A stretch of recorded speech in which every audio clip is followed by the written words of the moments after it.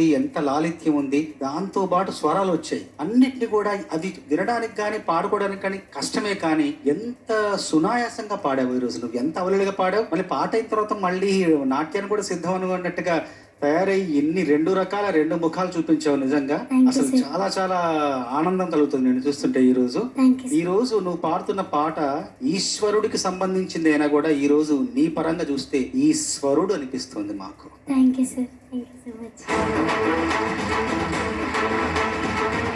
చేయాలో నీ గురించి ఏం చెప్పాలో నిజంగా నాకు మాటలు తక్కువైపోయాయి. మనసు నిండా ఆనందం, కళ్ళ నిండా చాలా సంతోషంతో కూడినటువంటి కన్నీళ్లు. అద్భుతంగా ఆలపించావు, అమోఘంగా ఆలపించావు.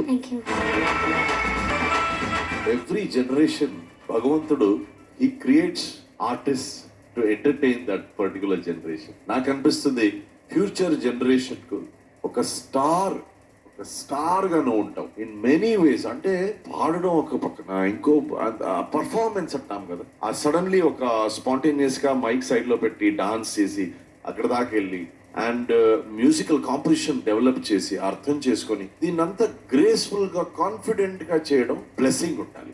యూఆర్ బ్లెస్డ్ తల్లి, నువ్వు చాలా బ్లెస్డ్. భగవంతుడు దీనికోసమే నిన్ను సృష్టించాడు. So all the very best, very proud of you. Thank you sir.